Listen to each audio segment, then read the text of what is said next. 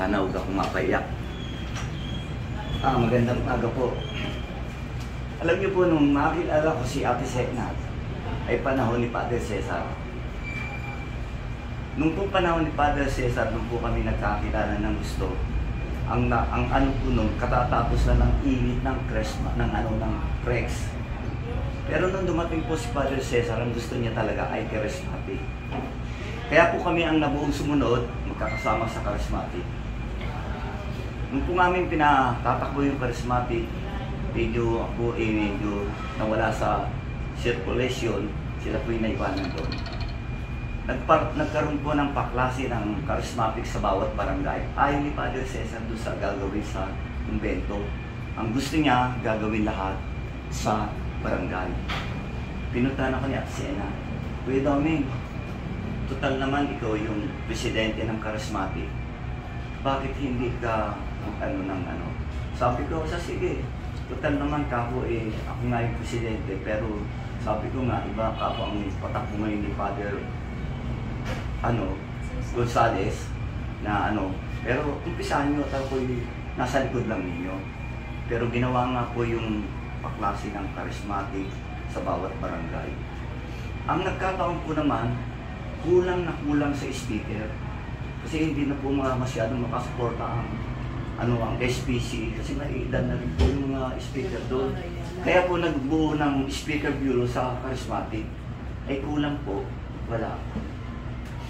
Kinausap ako ni Father Cesar, sabi niya sa akin, Brad Doming, walang nagbibigay ng panayam ng talk number 9. Sabi ko, Father, hindi naman ho ako nakakapagbasa. Yun po ang number 1 problema ko. Yung mata ko, hindi ako nakakapagbasa. Sabi sa akin, Father Cesar, huwag kang mag-alala, huwag kang matakot. Hindi ka pababayaan ng Diyos, ibibigay sa iyo ang Holy Spirit.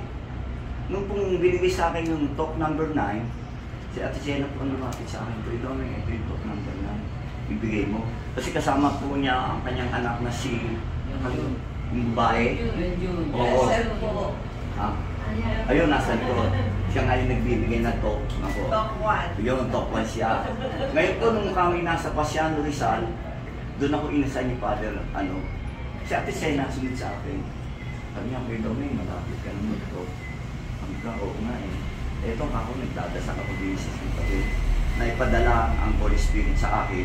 Gamitin niya ako, lalong higit-higil ako. Nung ako po ay tinawag na, alam niyo po, ang tuho ko nangangato. Ganun sanay na ako magsalita. Nangangato po yung aking tuhod. Hindi ko alam kung bakit.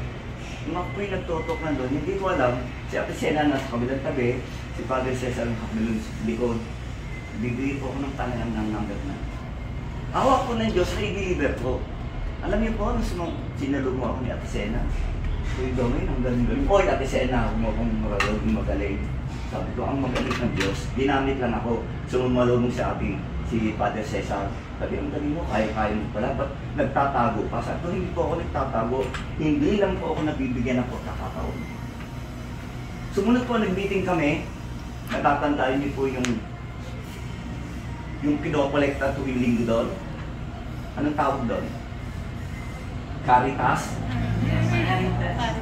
Kami po ang nagbuo ng Caritas ni Ate Sena. Siya ang number 1 na dinala niya sa bae. Na ginagawa daw po dito sa Makikina. Nag-meeting kami. Pinag-meetingan namin. O sige, Kuya Doming. Sabi, nung nag-meeting kami, minitan namin si Father Cesar. Sabi ni Ate Sena, Kuya Doming, ito makikipag-usap niya kay Father Cesar. Gawa ng, ayoko naman pakausapin niya. Sabi sa amin, Ate Sena, alam niyo naman po si Father Cesar, yung nagkawali, magandang labi. Kagat po lagi ang labi nun. Nagbitig po kami, doon kami nagbitig sa bahay ni Ate Penny. Sabi niya, paano yung patatakbo yung pera yan? Sino nakahawak niyan? Bakit? Ganito lang yan, pinaliwanag ko. Basta ganito pala, lahat na papasok ng pera, kukwentahin niya kung magkano pa pumasok, pipirmahan ko po. Pag binang ko po, pipirma din kayo. Wala akong makakalabas ng pera kung hindi manggagaling sa pirma nyo at sa amin ni Ate Sena. Nung napag-isip-isip ni Father Cesar, aba, pwede nga, anong mangyari? Sabi ko, Father, ang number 1 maganda dyan, kapag ang tao ay namutang sa 5-6, may tubo na agad.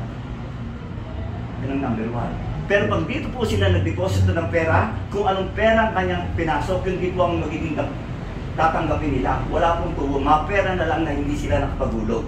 Magkano ang kaltas? 25 centavos. Pag hindi po kayo nakapagulog, alam niyo po, tumagal hanggang sa, sabi nga ni Atsiena nung banda muli, Kuya Donnie, ako'y aalis na dito sa bae. Sabi ko, bakit naman?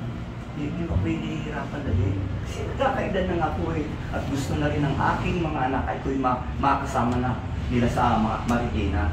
Kaya po nung time na yun, ako po'y nakapagod. Sabi ko, Atsiena, iwanan mo ako dito. Lagi mo tayo magkasangga. Alam niyo po, nung time na nandun sa nakatira doon sa bae, si Atsiena katapat ng bahay ni Sister Tessie. Magkatabi ko, pag ako nagdala ng tubig na sasabihin sa akin, diyan ka muna magkukuhay namin. Magkukwentuhan tayo. Kasi po wala sa kakwentuhan eh, nasusolos sa bahay eh. Pag kami nagkukwenta po, hindi ko po alam, inabot na ako ng alauna ng hapon. Sabi sa akin, binipin ako magkakakumain ng tanghali. Alam, hindi, puri na ako Atsiena, hanapin ako ng aking asawa. Yun po ang pinakamagandang nangyari sa aking buhay. Nakasama ko si Atsiena, malaki rin po ang aking natutunan.